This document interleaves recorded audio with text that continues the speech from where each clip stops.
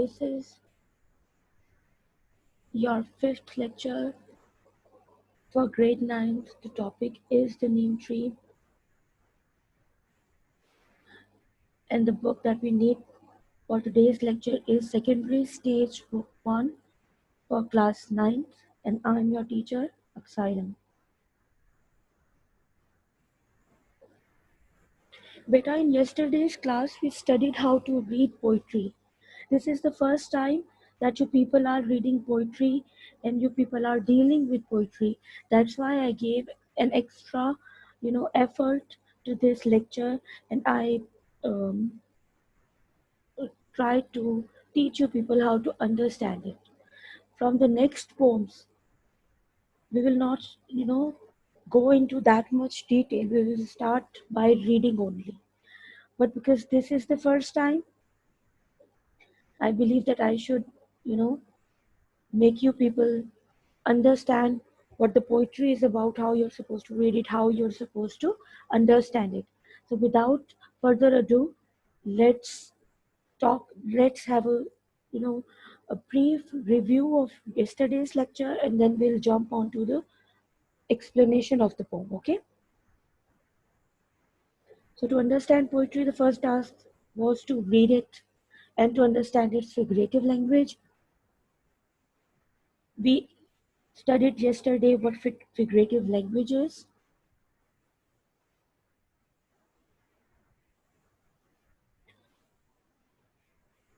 It's actually the exaggeration.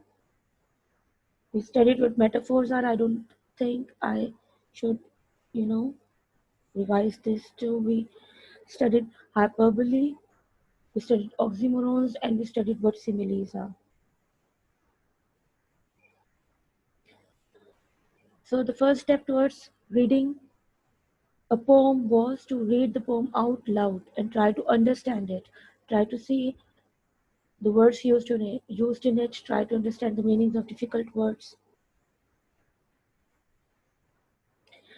And the second step was to make sure that you read the poem fully from the very beginning till the very end. The third step was to mark down notes on the poem as you read it. What type of notes? You are supposed to underline the difficult words to look for their meaning. You are supposed to underline the unique, peculiar things that you find either strange or the things that you don't understand at all because you want to search for it later. And you were supposed to see the sounds. I'll let you know how you're supposed to see the sounds. Okay, once we move on to the poem, I'll let you people know how you're supposed to do it. You're supposed to underline the important or some confusing things and write down the things that you've understood in the margins. The step 4 was to determine the subject and the context of the poem. To determine the subject, you have to obviously see the title, and the title tells you much about what the poem is about.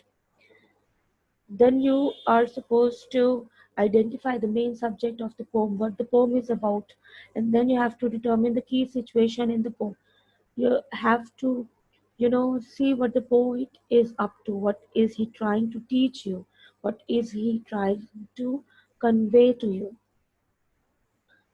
Fifth step is to do some background research on the poet.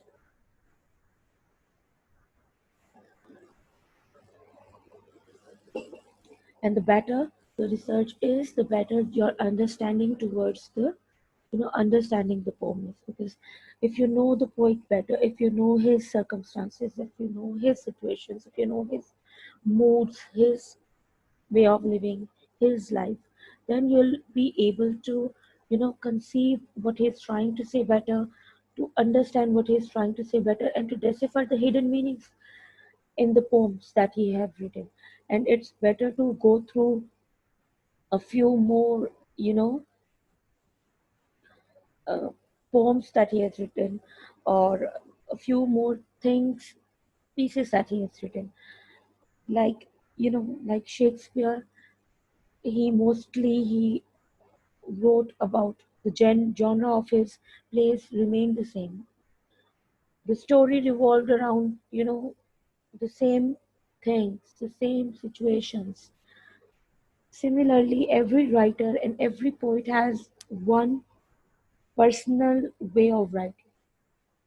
And if you start reading one, genre by one writer, you'll see that there are a lot of resemblances in his work. And this is what you're trying to find out by reading about the poet and by reading new more works that he's done.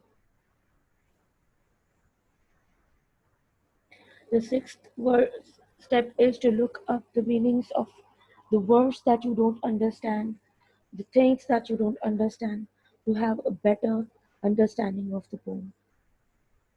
Seventh step is to pay attention to the poem's note, to the poem's tone and to the poet's tone, the mood that the poet is in, and the mood of the poem. The poems are either um, in a unhappy tone, or they are in a cheerful tone, or they are in an angry tone. The poets sometimes they are angry about something and they take up their pen to write about it, to take their frustration out. That's the way the writers, the authors, the playwrights, and the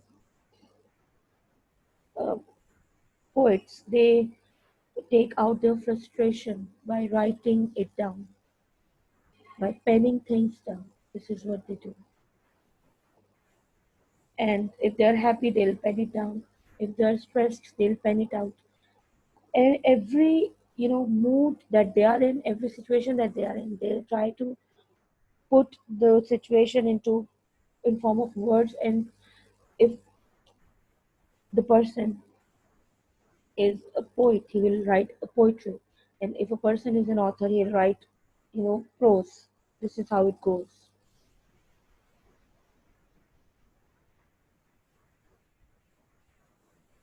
Then we had the eighth step was to decipher the figurative meaning of the poem. To decipher means to find out the hidden meaning that the poet has conveyed. Most of the time, because the poets they use figurative language, they tend to use it a lot. It is hard to understand what they want to say. But at the same time, if you underline the metaphors, the auxiliaries, the oxymorons, the simile, and the hyperbole, it will be easier for you to see what the poet is trying to say, to decipher the figurative meaning, because that is not the literal meaning, and you have to find out what the poet means to say by using such words. And most of the time, the meaning that you'll decipher might differ from the meaning that your friend has deciphered. Okay,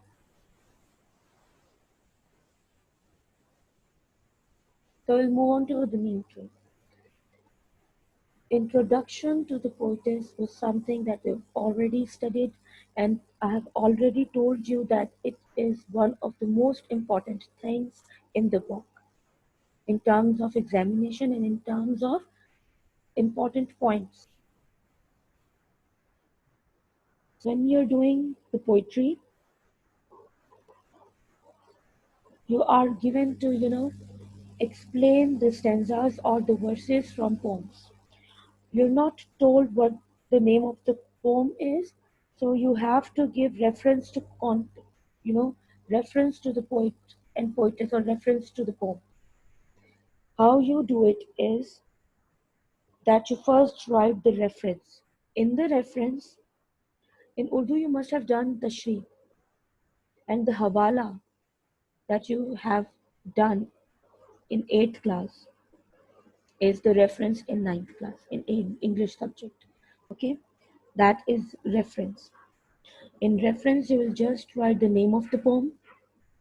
You'll write the above stanza or the above verse has been taken from dash poem, which has been written by dash poet or poetess. Is that clear? This is how the reference is written. And then you'll move, and then you'll write a line about the central idea or the subject of the poem. The poem is about, if it's about neem tree, then you'll write, the poem is about the neem tree and the sacrifices that the neem tree makes to, help the suffering humanity, the suffering people around him, and just a simple line about what the poem is about. Okay, that would be your reference. Then you'll write a heading of explanation. Explanation is EXPLANATION. You have to be very particular about your spellings. And you'll explain the stanza, whatever the poetess tries to say, and the whatever is written in the stanza, you're supposed to paraphrase it and write it in form of a prose. You have to explain what the poet has tried to say in the paragraph and in that stanza, and that would be it. This is one question that you get. You get MCQs from poems. You get central idea. You get to write, central idea. How do you write central idea? You'll figure out what the poem is about and what the message of uh, you know, the poet is, and why why must the poet has come up with a poem like that. What is the idea? What could have, forced him to urged him to write a poem like this? This is the central idea. We will talk about the central idea of this particular poem that we're reading, and this is it. You know, this time I've split this lecture into two parts because I wanted to teach you people understanding poetry and the work that you've got to do in detail. But from the next time, we will not be talking about poems in this much detail. Okay? So you get everything that you need to get from this lecture. The difficult words we discussed yesterday are the same. I even asked you people through Google Classroom to learn the meanings of difficult words. And if you make this habit of coming to the classroom with a little bit of homework already done on the subject that we're going to read, it's going to give you very elevated results, and it's a good habit to find out meanings of the things that you don't understand, find out the meaning of words that you don't understand, phrases that you don't understand, and doing a little bit of homework before coming to the classroom.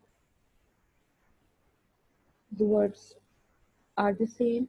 We'll go through the poem first, then I'll ask you where is the figurative language used, and I'll tell you the sequence, the sounds. Whenever you're reading a poem, you've got to, break it into stanzas. Each stanza, can be comprised of 4 to 5 lines or 3 lines. Whatever the number of lines is, that's fine. We're not going to go into, an argument on that. A stanza may have 3 plus lines, three more than 3 lines in it. Okay, and the sound sequence. The first line is line A in every stanza. The second line is line B. The third line is line C, and so on. This is how we're going to categorize our lines, name, title our lines. A, B, C, D. In the first stanza, we'll not talk about my neem tree. That's fine. My lovely neem, the that intercepts A, B are same, C, D, E are same, shade, unafraid. This is how the sequence is made. Okay, so if we talk about the poem, Where is the figurative language used? Please let me know in the chat option. Where is the figurative language used? Have you, you know, succeeded in finding out any?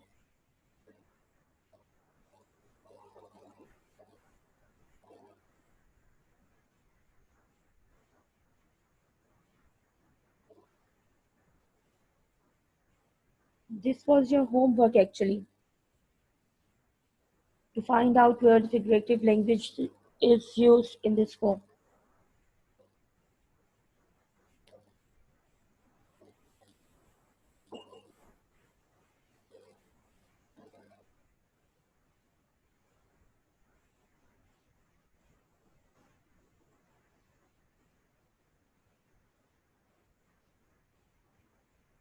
Can you people hear me?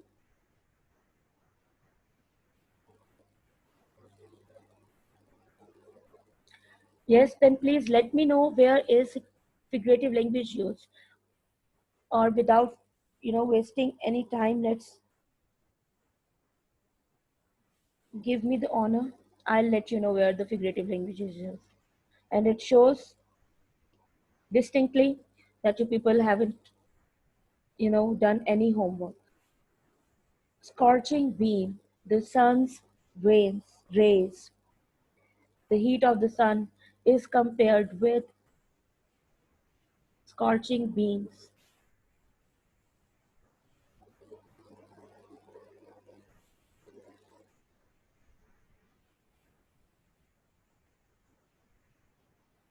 the midday flames, the midday flames. That is the hyperbole. midday flames यानी कि दोपहर 12 बजे के flames, शदीद गर्मी, the intense heat of sun, that is when the sun is over our heads in the at the midday time. This heat is compared with flames.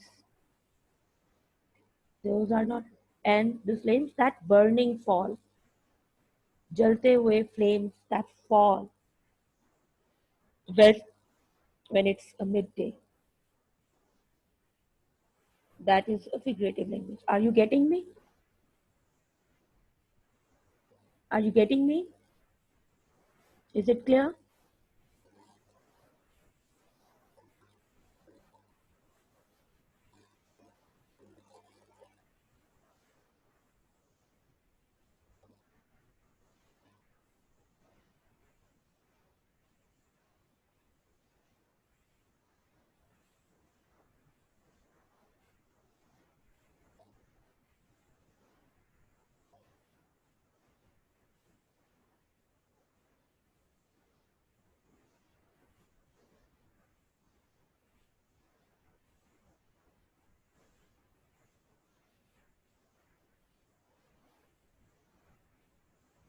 Is it clear? Yes, rain is Mariam. Very good. Rain has been compared with a refreshing spray. Excellent.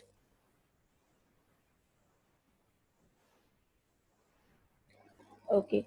So you've understood how to find out the figurative language used in the poem. And by using this word refreshing spray for rain, the poetess is trying to say that the rain is essential. It refreshes the trees. And rain in our life are the situations that make us happy, that make us feel alive again. So this is all that the poetess needs to say in this poem is. Let's read the poem once and then I'll let you know what the poetess, is trying to say through this poem. My lovely Neem, that intercepts sun's scorching beam, yet bears the heat all day, without the rain's refreshing spray. Thou charm'st the wanderer's woe away with soothing shade. How strong you are, how unafraid! How green thy leaves in spite of all the midday flames that burning fall upon thy unprotected head. The head, unprotected head, is also a figurative language that the poet has used here. It means that the the neem tree, it stands there all day with, it's not even, it doesn't even have a shade over his head on the top. The top of the neem tree is compared with an unprotected head. The poetess here wants to, make us feel what the neem tree must, must be feeling while standing in the sun all day. She wants us to see the pain that he goes through all day in the hot summer days, in the sunny days, and she is quite successful in doing so. Then she says, "Could man be bold as thou and rise above the earth with the sheltering arm to save the suffering ones from harm, from sorrow, poverty, and vice through sacrifice? Could man be steadfast and like thee face every fate? Would it not be fulfillment of life's loftiest dream, my lovely Neem?" Acha, the thing that you've got to understand is the subject of the poem. You must understand that the poetess is talking directly. She is addressing the neem tree. She is not talking to the human beings. She is talking to the neem tree in this poem.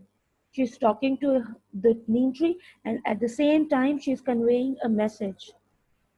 The first two stanzas are about the hardships that the neem tree goes through. The neem tree faces the situations, that the pain. Okay, the first two paragraphs are about the pain, about the things that the neem tree does, and the last two paragraphs are, a wish of the poetess. She wants the human beings to be like neem tree. Is that clear? And this is how you're supposed to, understand poetry. Every time you do it, you're going to see it from this perspective. You're not going to see it as a poem. You're going to see it as a subject that you've got to understand by hook or by crook. And to understand it fully, you have to see it through this perspective, through this point of view.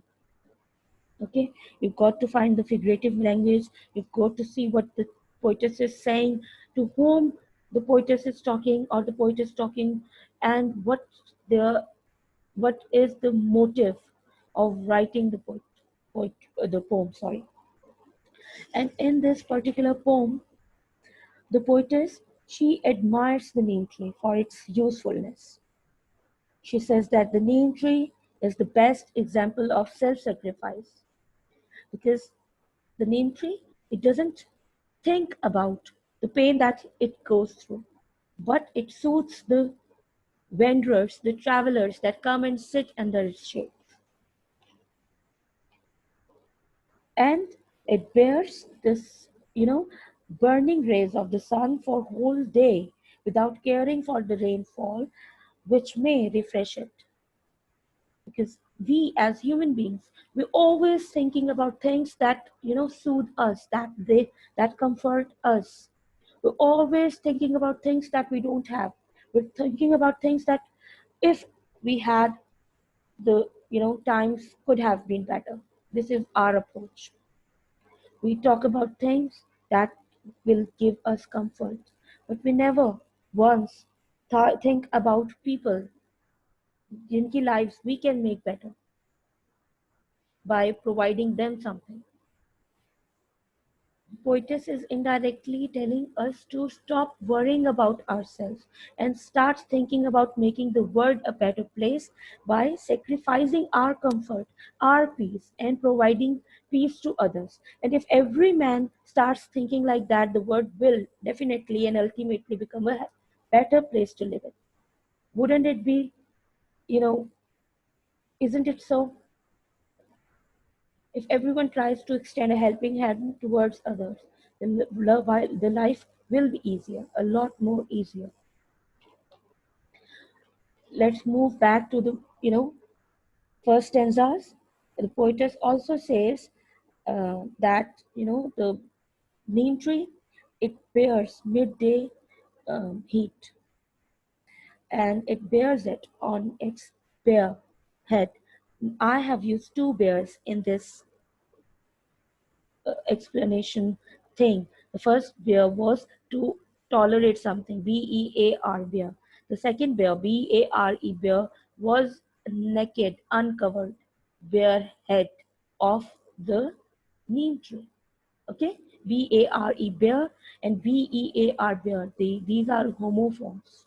Okay, and the neem tree, it bears the heat on on its bare head, but gives cool, refreshing, comforting shade to us, to people around it, to wanderers, to travelers. And when a traveler takes rest under its shade, he forgets his worries. And the poetess, who is the poetess, Mrs. Elsa Kazi, she calls Neem Tree fearless, strong, bold.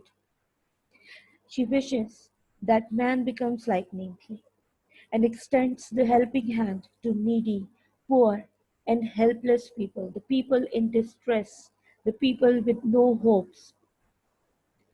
You know, she wants the human beings to be like Neem Tree, and she wants us to save the fellow man from agony, from sorrow, from poverty, from crime, the war, vice. Poverty and vice. Vice is crime, immoral behavior, immoral approaches, vice, buraiyan, माशरती buraiyan, whatever those are. The vice, the crimes. And I have used here the word agony for sorrow. That is the word that we studied in the first lesson, the last sermon of Holy Prophet.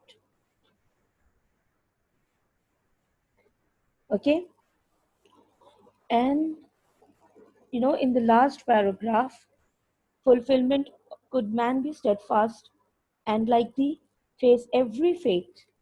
Will it not be? Will it not be? Fulfillment of life's loftiest dream. What is life's loftiest dream?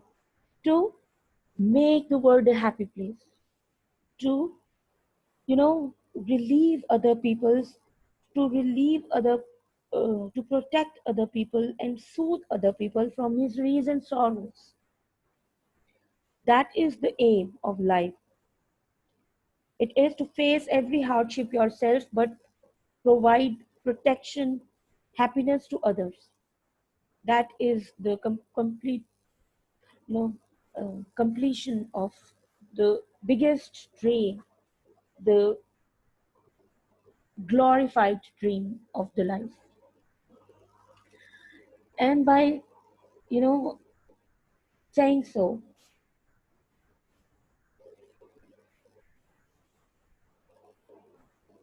yes, I'm Akash to say the. And why do you think the poetess must have come up with such a poem? It's a great poem in a very lighter note. On a very lighter note, the poetess has explained what she has tried to say, and we can even understand it nicely.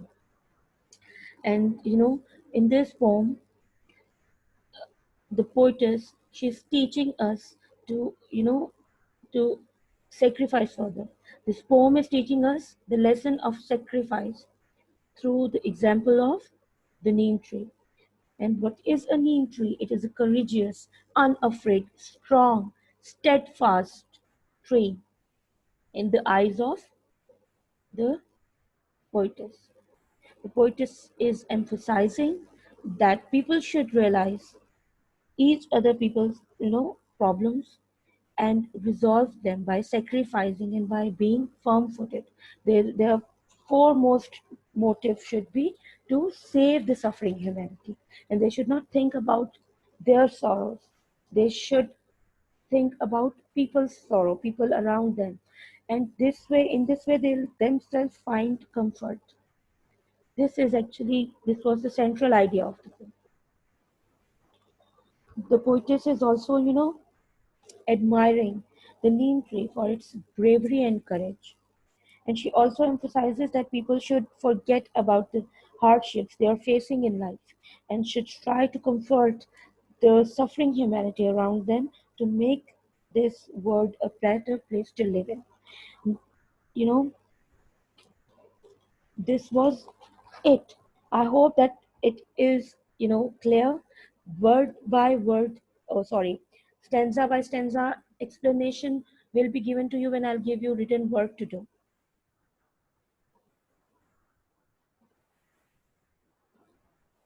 D is, Zayan, D, what is the difference between thou and thy? Thou, thy, and thee. All these words were explained to you in the previous, slides. And I told you people to go through it. That is the old word that is no longer in use. And now it's your task to, you know, find it out this time. I told you these are pronouns. One is you, the other is your, and the third one is you as objective pronoun. The first one is you as subjective pronoun, other one is you as objective pronoun, and there is the third one which is your. Now you have to go through the poem again and find out which one is subjective pronoun, which one is objective pronoun, and which one is possessive pronoun. Okay, that is your task now. I'll ask you this in the next class, and I will ask you this because I remember what tasks I give you. Okay. Mm,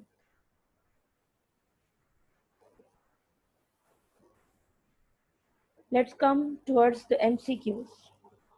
The poet Elsa Kazi wants men to follow example of her example, her husband's example, neem tree's example, or any good example.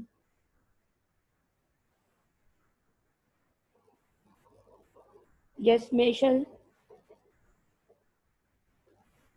Khadija, Anusha, Nabil, Asher, Minhal.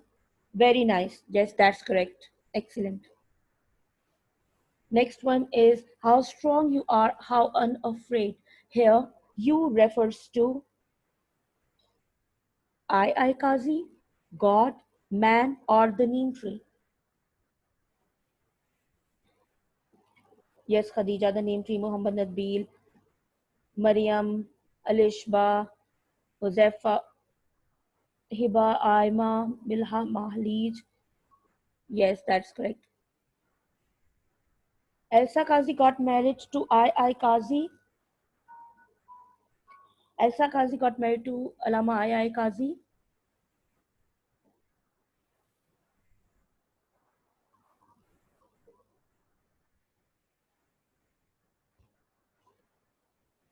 in 1900 and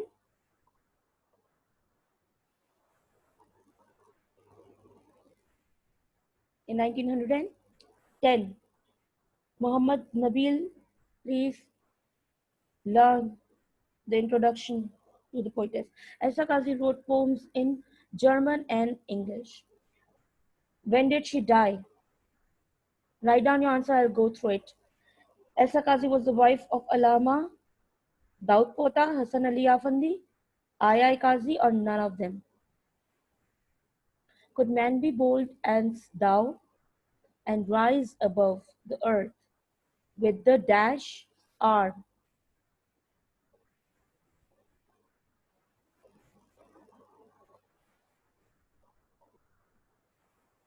with the sheltering arm? Yes, that's the right answer. Thou charm'st the wanderer's woe away with soothing shade, my lovely name that intercepts sun's scorching beam. The name tree was written by Mrs. Elsa Kazi. This is it. Let's call your attendance now. Make sure that you write your attendance even if I don't. Yeah. This is group one. Syeda सुंदर अंसर रुमैसा आदिल अलिशबा मरियम अलिशबा खदीजा रोशनी आशिर मोहम्मद सलमान तूबा अब्दुल राफि फातिमा जुबिया साजिद अब्दुल्ला बहलीन हुजैफा अमजद अनस अदनान वर्दा पीरजादा उशना माहा महालीज इकरा मरियम इशा Mitchell Nabeel Muzdalifah Anusha बतूल जैनब हिबा ताहा निम्रा अब्दुल्ला हसन मोहम्मद अहमद खदीजा सादुर रहमान बीबी शरफुन्निसा ज़ियान एहसन रज़ा हमजा हिरा हाशिर आयमा मुनव्वर खदीजा नवाल आयान मिनहल मोहम्मद आशिर मोहम्मद हमजा बिन Saeed Maham Mohammad Jain Mohammad Huzaifa Ahmad Anas Ahmad Sheikh. Okay, Beta, is there anything that you want to ask me about this poem? Is this poem understood? The questions that you get to answer from the poems are like, what do you know about Mrs. Elsa Kazi? Or write a few lines about the poetess of the Neem tree. Different. Nabil Siddiqui, this is your task, but I've already told you the difference. Okay, if you don't understand it, I'll explain it to you tomorrow. Okay, and we can even arrange an extra class if there are many questions like this. I'll explain you tomorrow. The first thing I'll do tomorrow will be ask you what thy and thou and thee are. Thy, thou, thee. Okay?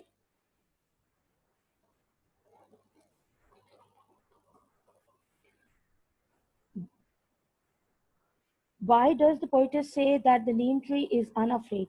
Or why does the poetess call the neem tree strong and unafraid? This is the kind of questions that you will get to answer. Although I'm going to, give you people written notes as well, but please see if you are able to, answer these questions in your own words by the, by